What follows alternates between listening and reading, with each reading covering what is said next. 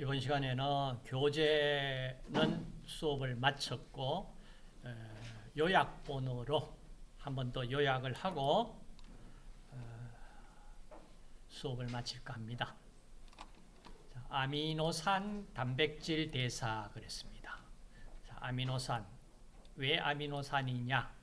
아미노기와 카복실산을 동시에 가지고 있는 형태를 띠고 있기 때문에 아미노산 이렇게 했습니다. 그리고 아미노산과 단백질은 무슨 관계에 있느냐?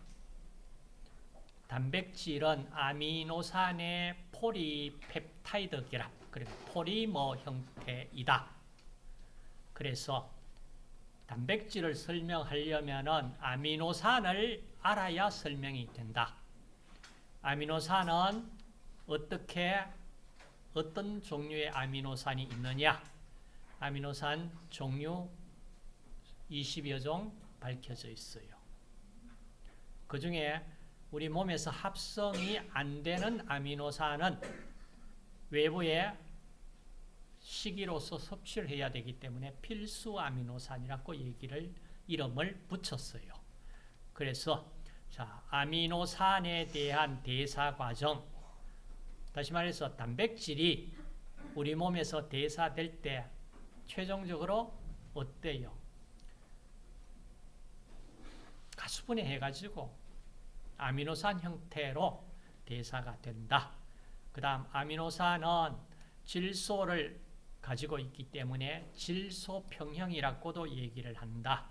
자, 핵산 RNA, DNA에 존재하는 우리 유전 정보를 가지고 있는 핵산에도 질소를 포함하는 물질이 들어가 있다. 그래서 이 그룹에서 설명을 하고자 한다. 그 다음 단백질 합성을 어떻게 하느냐? 그 다음 유전자 발현 그러는데 이게 무슨 말이냐? 우리가 유전 정보를 가지고 결국에는 최종적으로 만들어내는 것은 단백질입니다. 단백질. 그 다음 효소도 만들어야 돼요.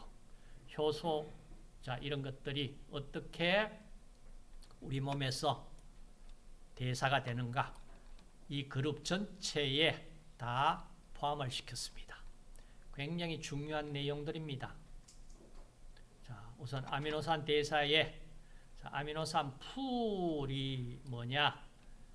자, 아미노산 풀의 구성은 우리가 식사로 섭취한 단백질이 있습니다.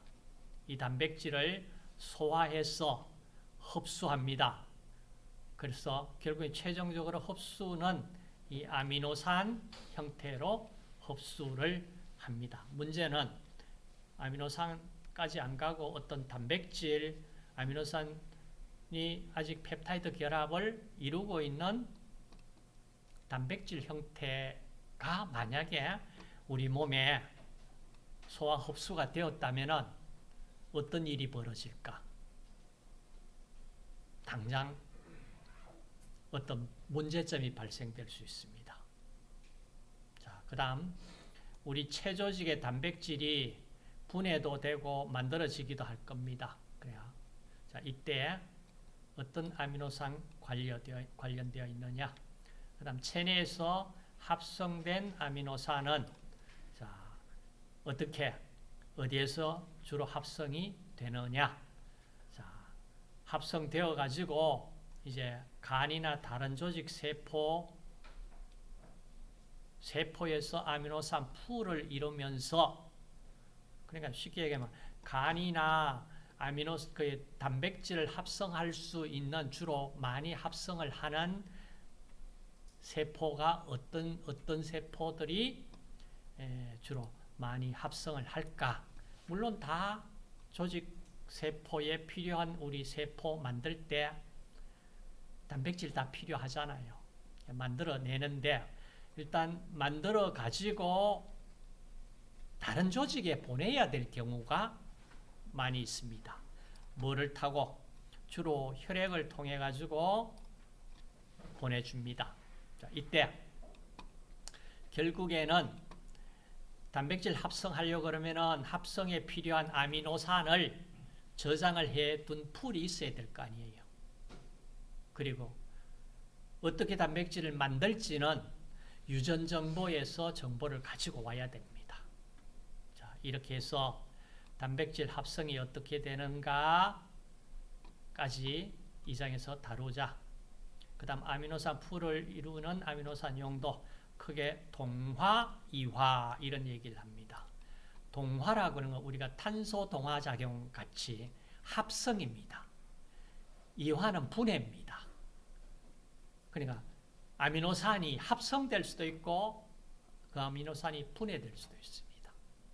그냥 합성될 때는 어떤 데서 합성이 될까? 체조직에 필요한 단백질 합성을 해야 됩니다. 혈장에 들어있는 혈장 단백질, 효소도 주 메이저 파트는 단백질이잖아. 그러니까 이것도 합성을 해야 됩니다. 호르몬 마찬가지, 항체, 생리활성물질, 혈액, 세포막, 이런 운반체. 자, 이런 것들이 몸에 이제 필요하다. 그러면은 만들어야 된다. 이 말이에요. 합성을 해야 된다. 그 다음, 이화는 이제 아미노산이 분해되는 반응입니다. 그래서 자, 제일 처음 분해될 때가 탈아미노 반응이 일어납니다. 그냥 아민기가 떨어져 나가게 됩니다. 그러면은 아미노산은 알파 키토산으로 만들어지잖아. 아미노기 떨어져 나가고 알파 키토산이 만들어지는데 어디에서 되어 있든지 이 알파 키토산으로부터 아미노기를 받아가지고 우리 몸에서 아미노산을 합성한다 이 말입니다. 그 다음 아미노산 합성할 때 꼭 아미노산이 탈아미노 반응으로 만들어지는 것이 아미노산 합성에만 사용되는 것은 아니잖아. 저번에 우리가 에너지 부족하다, 포도당 부족하다 그러면은 만들어야 되잖아. 그때 당 신생 반응에 포도당을 만들 수 있는 출발 물질로 사용도 가능하잖아. 포도당도 만들 수 있다는 얘기예요. 그 다음 지방도 만들 수 있습니다. 에너지도 만들 수 있습니다. 어디? 아미노산이 분해되면서. 자, 그러니까 어떻게 보면은 우리가 아미노산이 우리 몸에 저장이 가능할까? 저장?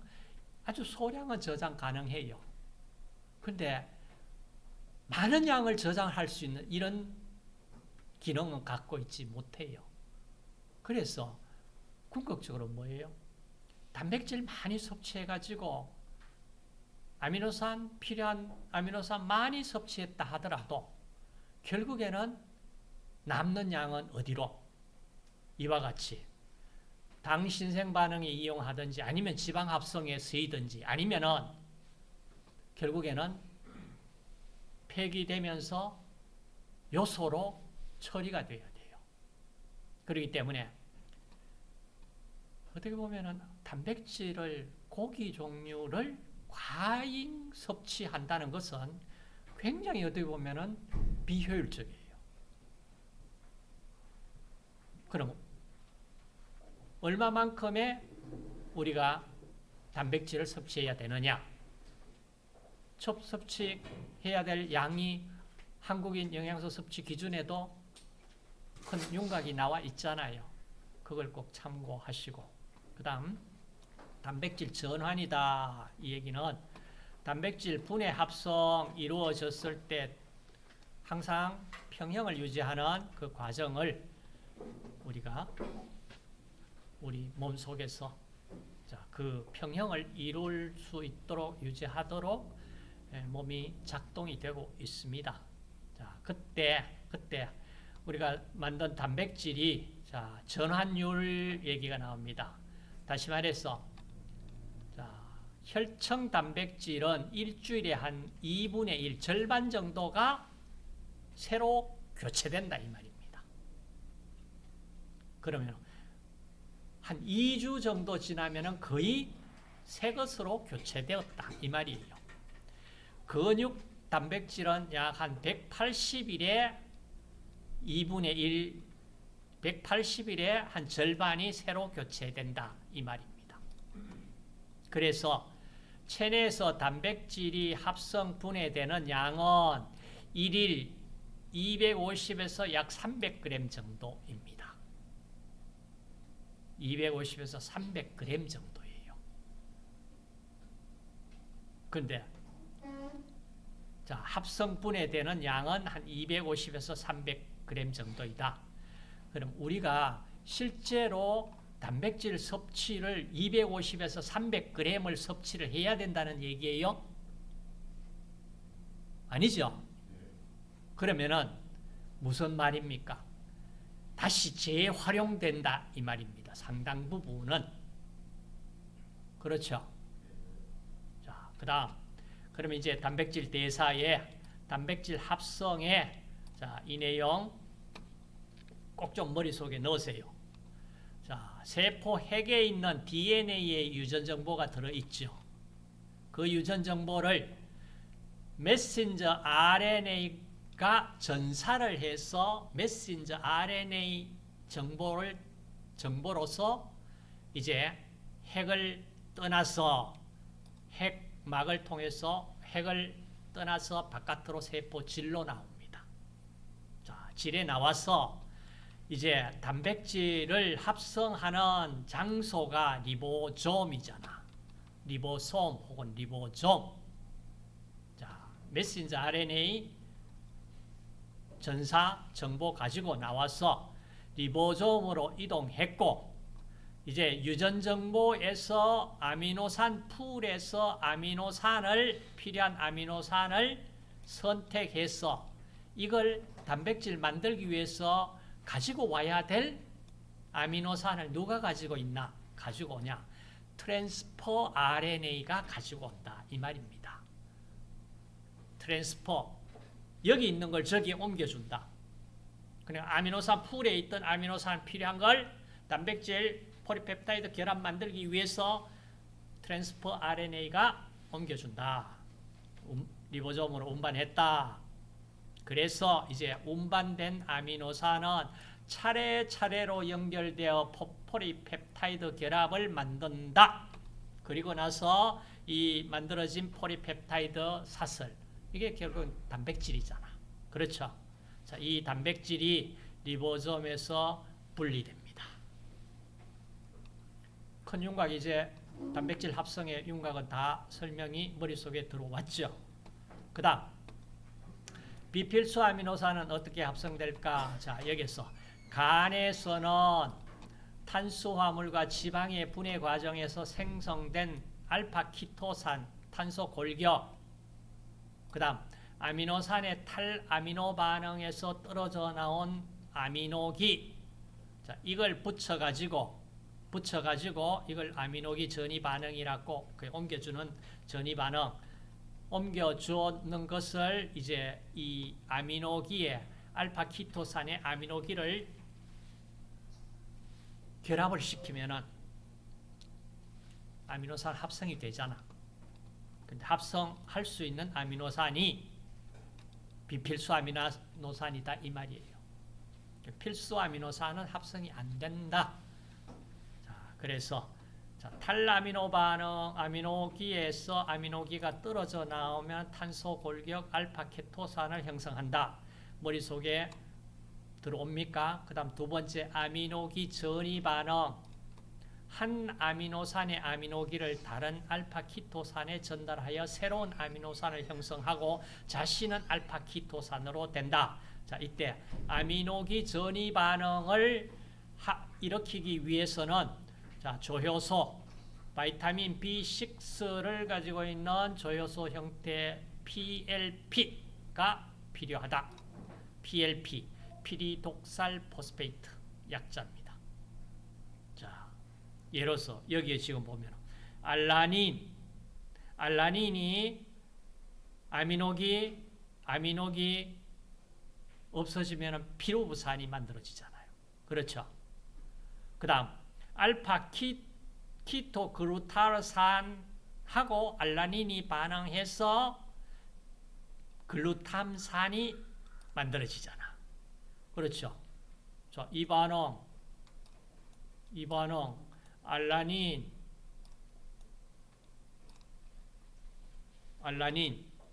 알라닌이 피루부산으로 되고 알파 키토글루타산은 글루탐산이 됩니다.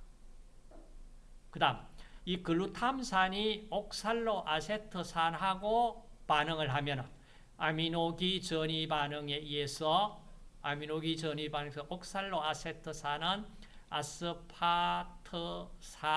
아스파트산이 만들어지고 글루탐산은 알파키토글루타르산으로 바뀌잖아.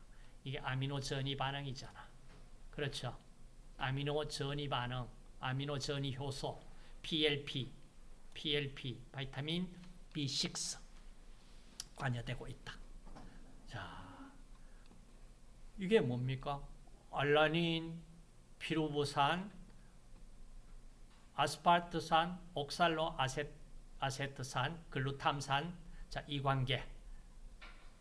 그 다음 알파키토산의 대사.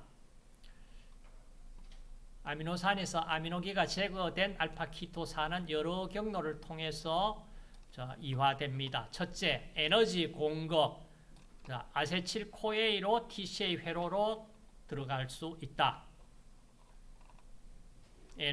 아세틸코에이로 전환돼서 TCA 회로로 알파키토산이 대사될 수 있다. 두 번째, 당신생 아미노산. 자, 이거는 간에서 포도당을 거쳐 포도당 당신생 과정을 통해 포도당을 생성할 수 있고 또는 TCA 회로로 들어가서 에너지원으로 쓰일 수도 있습니다. 앞쪽에 한번 얘기했죠. 자, 지방산 케톤체 형성할 수 있는 아미노산도 있습니다. 자, 이걸 케톤 생성형 아미노산. 크게 나눠가지고 아미노산을, 자, 여기 보세요. 포도당을 생성할 수 있는 아미노산 많죠? 다 외우기 힘들죠? 자, 케톤 생성인데, 자, 케톤체를 만드는 아미노산 두 가지 종류. 루신, 리신 혹은 라이신 두 개 기억하세요. 케톤 생성형 아미노산. 그 다음 위쪽에 포도당 생성형과 케톤 생성형 동시에 두 개 다 생성 가능한 아미노산. 자, 아이소류신, 페닐알라닌, 티로신, 트립토판 됐습니까? 이 두 가지만 구분을 하면은 나머지는 포도당 생성형 아미노산이다. 자, 정리 좀 하시고, 자, 이걸 이제 전체 앞에 설명했는 보세요. 이 TCA 사이클이고, 자, 이 TCA 사이클이 어디에 이 글루탐산을 통해서 알파키토글루타르산으로 들어올 수 있는, 자, 이런 종류의 아미노산. 그 다음 아이소르신, 메티오닌, 트레오닌, 발린은 숙시닐 코에이로 들어옵니다. 그리고 페닐알라닌, 타이로신은 푸마르산으로 들어와요. 자, 이걸 어떻게 다 외울까? 못 외우죠? 그렇죠? 자, 못 외우니까 일단은 이 부분에, 자, 이 부분은, 자, 케톤 생성형과 포도당 케톤 동시에 생성할 수 있는 건 좀 외우시고 기억하시고, 나머지 포도당 생성형 아미노산이다. 자, 이렇게 정도 하시고, 이렇게 세부적인 것까지는 좀 지금 정리 안 됩니다. 나중에 문제 풀면서 이 문제는 조금 알자 그럴 때 하도록 합시다. 그다음 아미노기 대사. 자, 첫 번째 요소 생성을 한다. 자, 요소는 어디에서? 자, 아미노산, 아미노기로부터 만들어져 생성된 암모니아는 굉장히 유독합니다. 그래서 간에서 요소 회로를 통해 무독한 요소로 전환되어서 소변으로 배설됩니다. 자, 요소 회로 보셨습니다. 자, 요소 회로에 자, 이 내용은 아마 한번 읽어보시면 저번에 요소 회로에서 우리가 본 내용이다. 아마 기억이 날 것 같아요.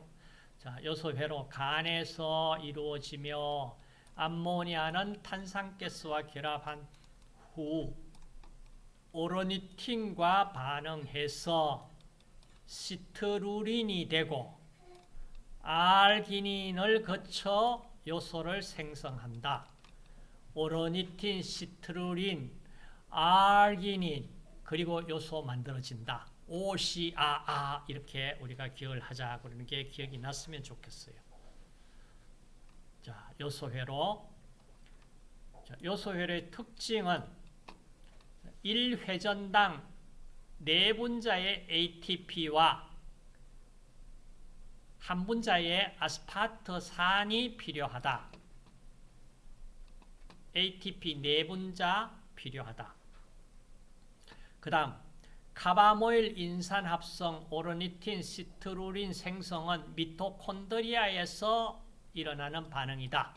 그러니까 자, 요소 회로가 세포 질과 미토콘드리아 두 부분을 다 활용을 해서 요소 회로가 진행됩니다. 그 말이에요. 그래서 자, 암모늄 이온이 CO2와 2몰 ATP가 필요해서 카바모일 인산이 만들어지고 그 다음 또 카바모일 인산이 오르니틴과 반응해가 시트루린이 만드는 이 과정에 요소가 나오는데 최종적으로 요소회로 1회전당 4분자 ATP가 필요하다. 아스파르트산 1분자가 필요하다. 이건 기억하세요. 여기 왜 이 ATP 뿐입니까? 실제로는 4분자 ATP다. 여기 기록이 안 돼 있는 부분 어디에서 필요하냐? 자, 알기노 숙신산과 알기닌 생성은 세포질에서 일어납니다. 요소회로 1차적 조절은 카바모일 인산 합성 단계에서 일어납니다. 일단 카바모일 인산 합성 단계에서 1차 조절이 이루어집니다. 그 다음 자, 사람이 아니고 이거 요산 사람이 아니고 요산, 자, 핵산의 퓨린 염기 탈아미노 반응에서 최종적으로 우리 체외 배출을 해야 될 형태는 요산이 만들어집니다. 자, 요산이 너무 많이 과량 만들어진다든지 아니면은 몸으로 배출이 안 되고 관절이라든지 이런 쪽에 침착이 된다면 통풍을 일으키는 물질이다. 자, 핵산염기, 퓨린염기 기억하시고 요산 기억하시고 통풍 기억을 함께 해주세요. 그 다음 크레아틴, 크레아티닌 생성.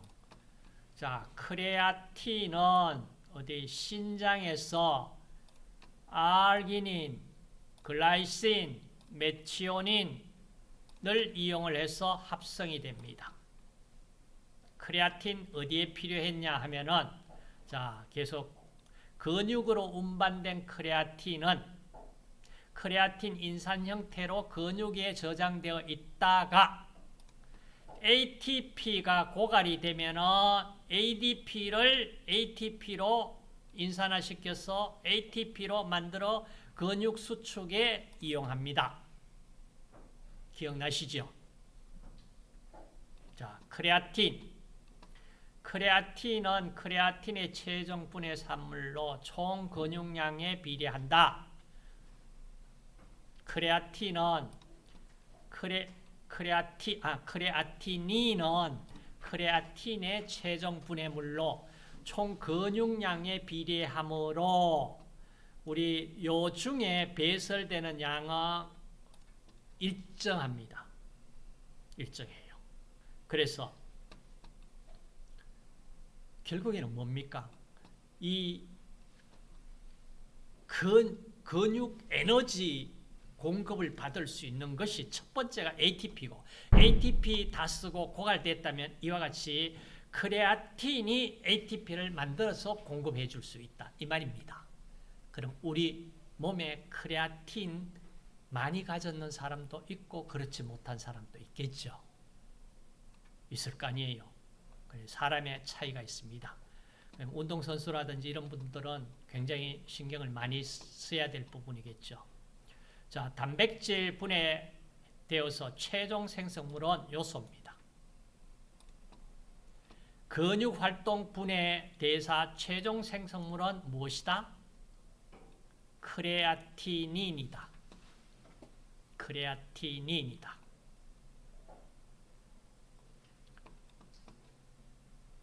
자, 잠시 브레이크 타임.